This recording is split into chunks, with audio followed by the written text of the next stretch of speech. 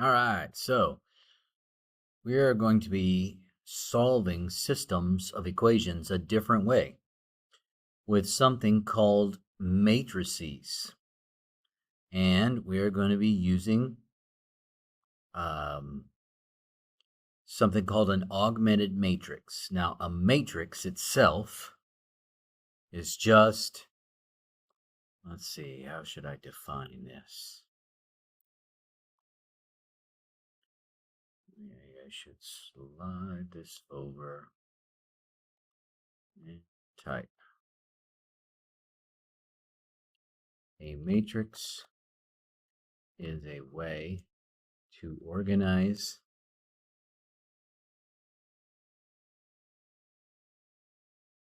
information in rows and columns so that we can solve equations with technology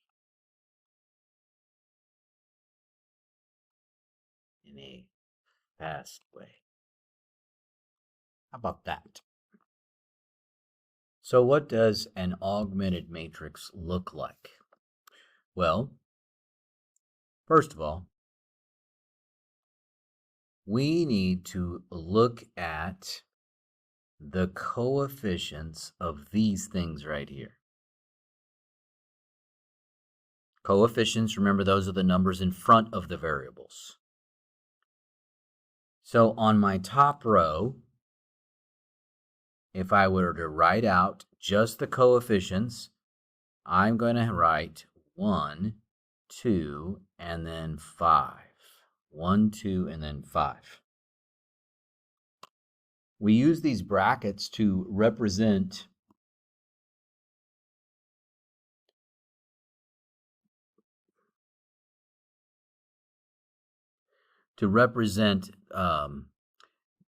basically holding things in its places. And then on the bottom row, we would have 3, 5, and 14. These things right here are called rows. These things right here are called columns. I'm not trying to be dumb here, but that's just what they call them, rows and columns. So this is what we call a 2 by 3 matrix. Okay? And a lot of times at the bottom right corner, when you're being asked for, we don't always write the dimensions of the matrix, but if you are being asked, sometimes you'll see that in the bottom right corner, you'll see them write the dimensions. 2 rows, 3 columns. So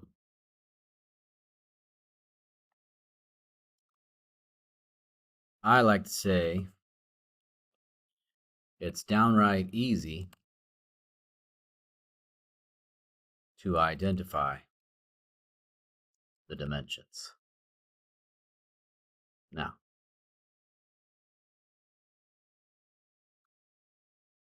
why do I say that? It's down and right. Down and right. So that's why I say it's downright easy to identify those dimensions. Well, you know that these systems with 2 variables are going to be 2 by 3s. Are we eventually going to get bigger matrices for the other systems, like with 3 variables and 3 equations? Yeah, those are going to be 3 by 4s, bigger ones. But I need you to remember that we are going to be using technology. Now, I am going to put a dashed line in this problem. Now, you might say to me, Mr. Stailey, why are you putting a dashed line like right down there? Because I'm trying to separate these 4 numbers over here. So these are the x's and the y's. And to be honest, we are dealing with, we keep the x's in this column, We keep the y's in this column, and then these are on the far side. These are the constants that we're dealing with.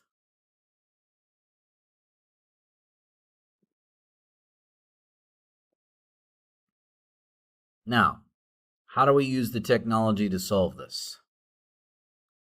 Well, there are things called row operations that we could do by hand.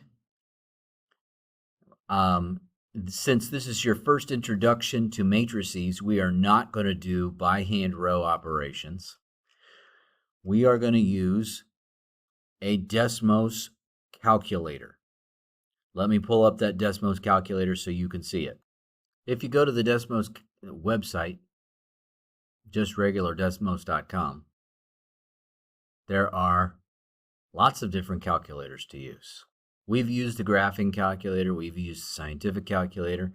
In the last video I showed you the three-dimensional one. But one of them we haven't done is the matrix calculator. Okay? Now, we would like a new matrix. How do I change the dimensions? I don't know. Let's see if we can figure this out. If I hit tab, nope, it is definitely not letting me choose. Oh, duh, right down here. We got 2 rows. We want a third column. Dang, that was nice. All right, so now I'm just going across and I'm entering my information in 3 and 5 and 14. Okay, now, how do we change this from something called, an augmented matrix, where we got our x's here and our y's here and our constants here, to something that's useful? Well, this little button right here, ref. Now, what does it stand for? It stands for reduced row echelon form. Reduced row echelon form. Remember I talked about the process to, I said that there are row operations that you can do by hand that would, well, these row operations, they will put it in echelon form. They call it echelon form, and when you simplify it, you can get it into row echelon form, and then eventually you can get it into reduced row echelon form, where it's the easiest possible. Well, I'm going to come back over here and show you how easy this is going to be, and you guys are going to be like, oh my goodness. Whoa, look at that. Now, what did we just find out? My reduced row echelon form is 1, 0, 3, 0, 1, 1. And of course, we've got our little dotted line right here.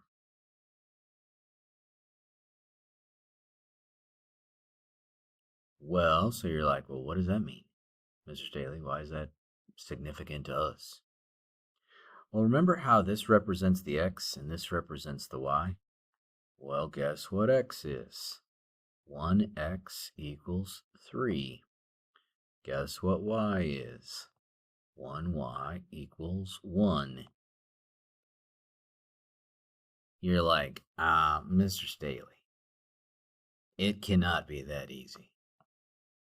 Okay, well, let me see if you if it really worked. We're going to use the graphing calculator to see. We've done graphing before, so let's see if it really worked. We got x plus 2y equals 5. That's the first equation. We got 3x plus 5y equals 14. These are both lines. Did they cross in the point 3, 1? They did. Dang, you're telling me when I did that little handy-dandy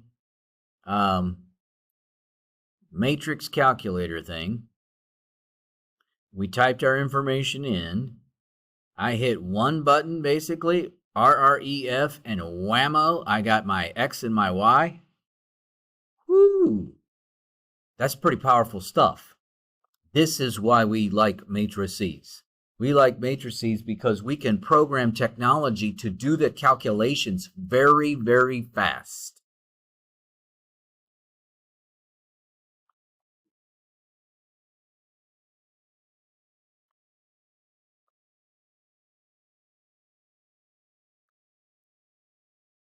All right, let's see if we can do the augmented matrices here, right?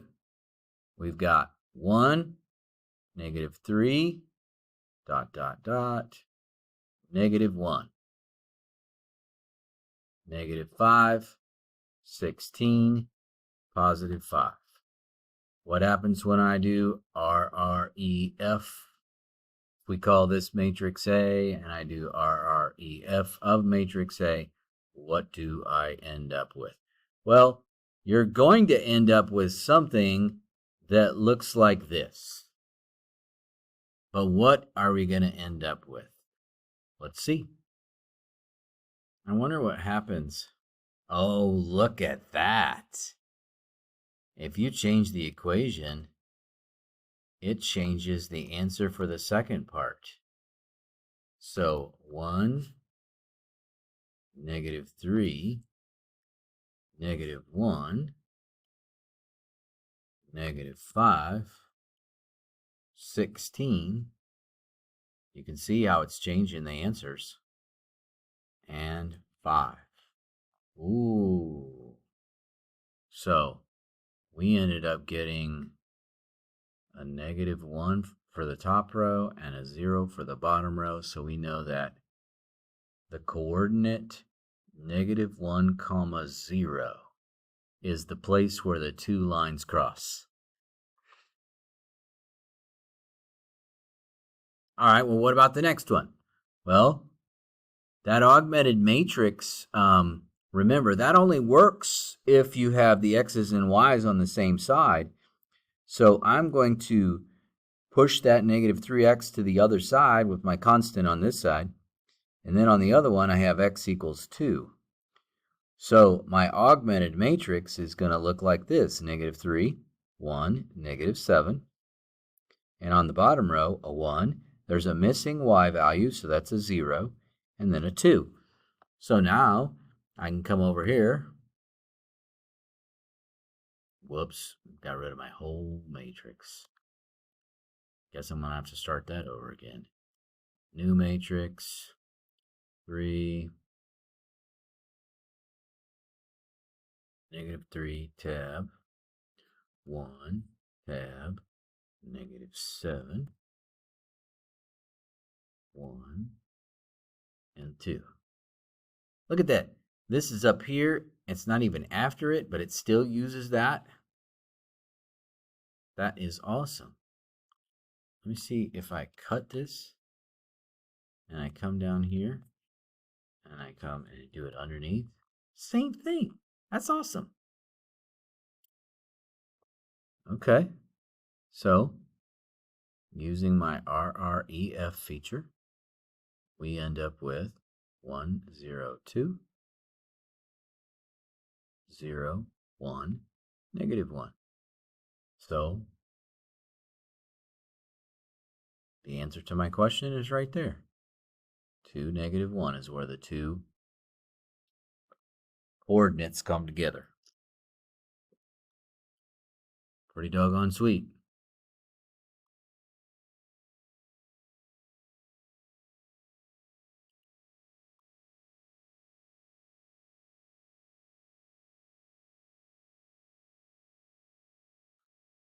All right, so story problem here. In a parking lot, there are motorcycles and cars. We have 560 wheels total and 152 vehicles. So for 152 vehicles, that would be x plus y equals 152.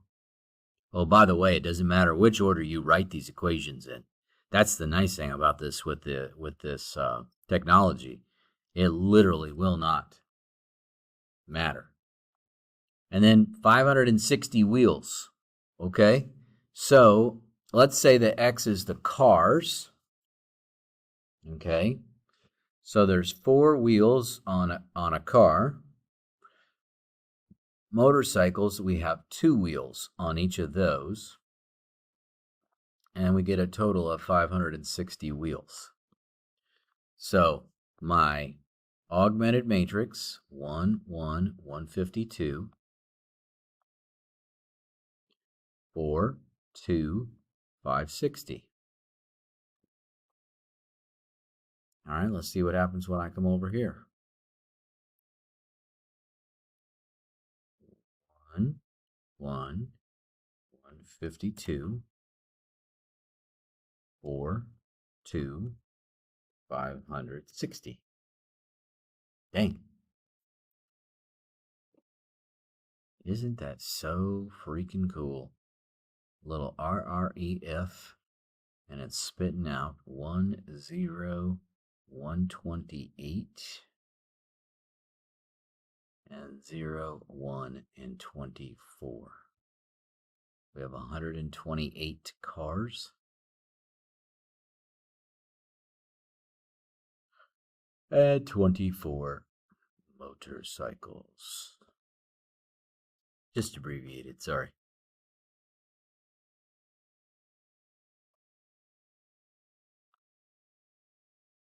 Pretty simple and straightforward. Very nice and easy. Now, someday in the future, we're going to explain those rules and use them. But for now, we're just introducing you to the topic.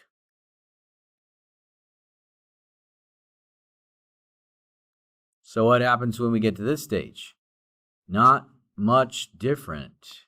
Now, we do need to make sure that we understand that the X column goes first.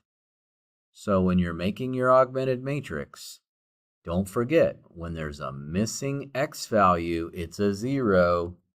So don't look at that and say, we're going to start with 9 because there's no value there. And I probably better give myself a little bit more room because this is going to be a little bit bigger. Because as you know, this is going to be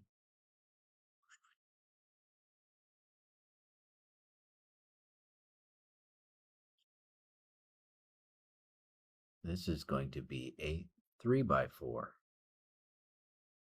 Oops.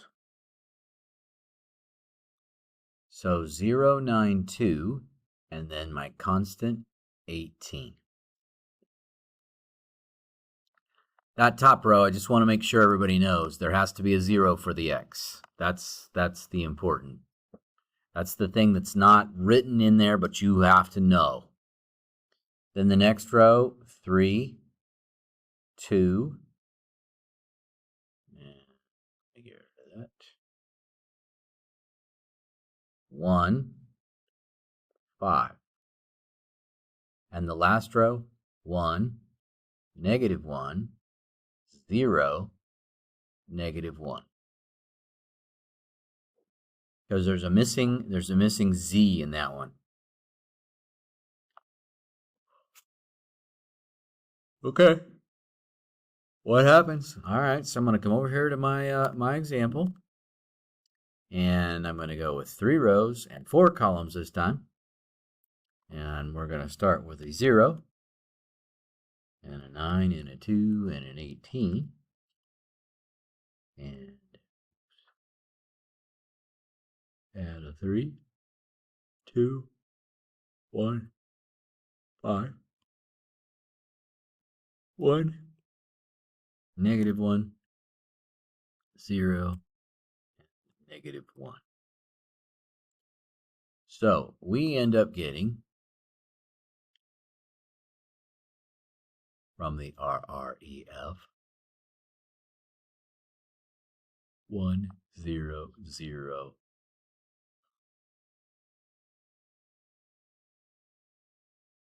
negative 3, 0, 1, 0, negative 2, 0, 0, 1, 18.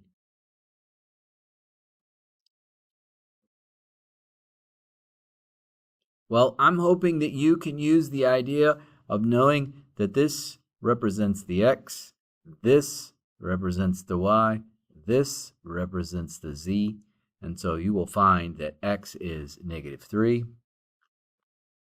and y is -2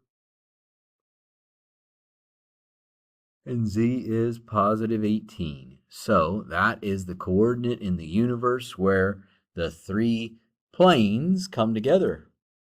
Not just two lines, but three planes come together.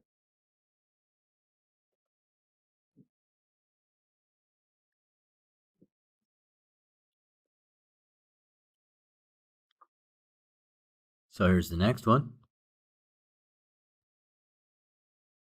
Remember, we're going to take this variable and move it to the other side.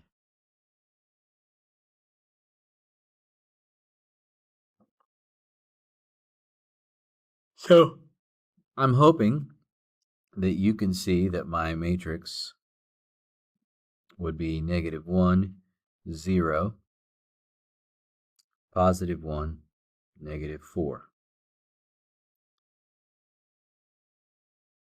My second row starts off with a 0, but then it's got a 2, a -1, and a -1.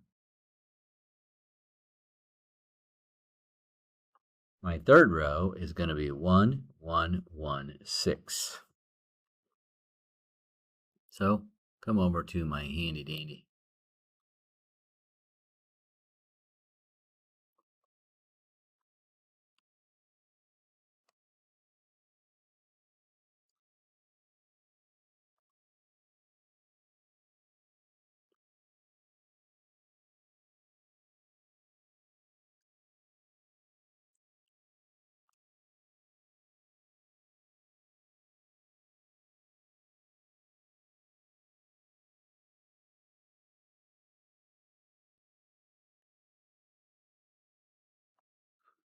And so according to this, once we plug it into that,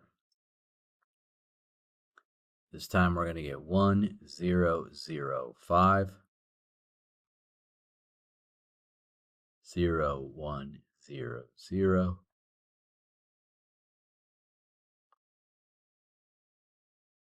and 0, 0, 1, 1. Well, what's that telling me? Oops.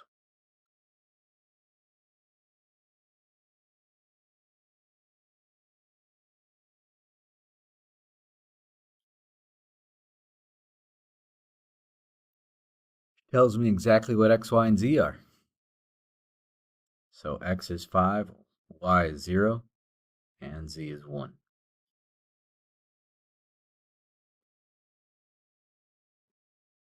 So that's all I have to do for those questions. Let me see what's next. Okay, we're back to the nickel, dimes, and quarters example. There are 40 coins in the machine. Man, this sounds very familiar. Almost as if we've done this question before in the past. That's because we have x plus y plus z equals 530. Now, as you'll recall, when we did this in class, we had 0.05x, 0.1y, and 0.25z. And the first thing we did was we multiplied by 100 to get nice numbers. If you still want to multiply by 100 to get nice numbers to work with or to enter into your matrices, go ahead. But remember, we have technology on our side this time. It's working way faster than you and I can. Then the last one, there are twice as many dimes as quarters. Remember, this is the smaller group. So we always want to do something to the smaller group. So since that's the quarters, that would be 2z.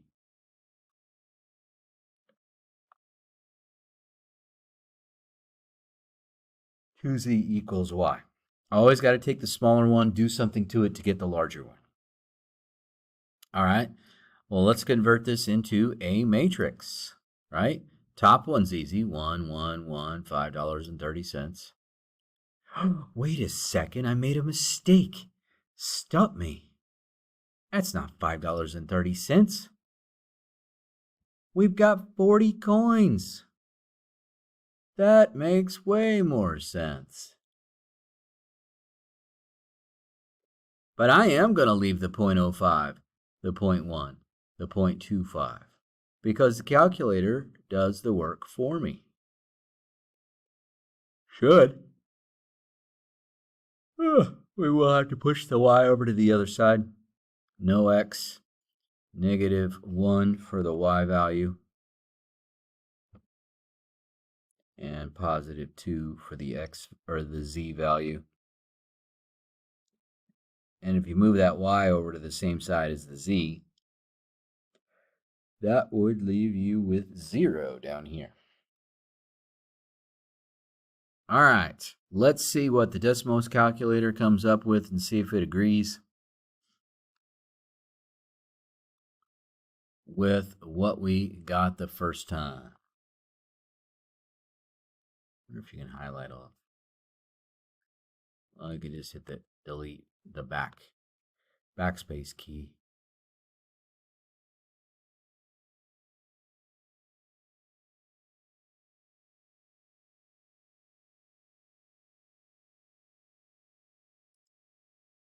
.05,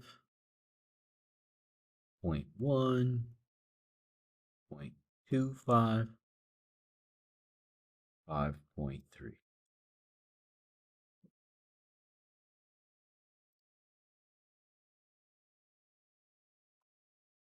-1, 2, 0. All right, so look what it's showing me. 1, 0, 0, 7, 0, 1, 0, 22, and 0, 0, 1, 11. So once again, these numbers right here, nickels,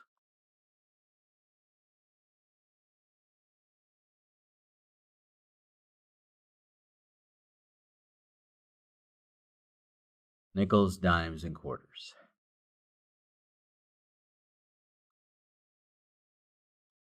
Did we get the same thing we got the last time? Yes, we did. I guess I can spell the word nickels. That's not that big of a deal. Nickels, dimes, and quarters.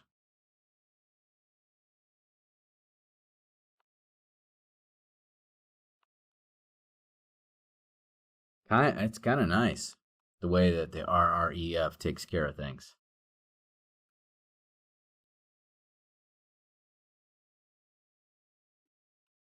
All right, we'll see you in class.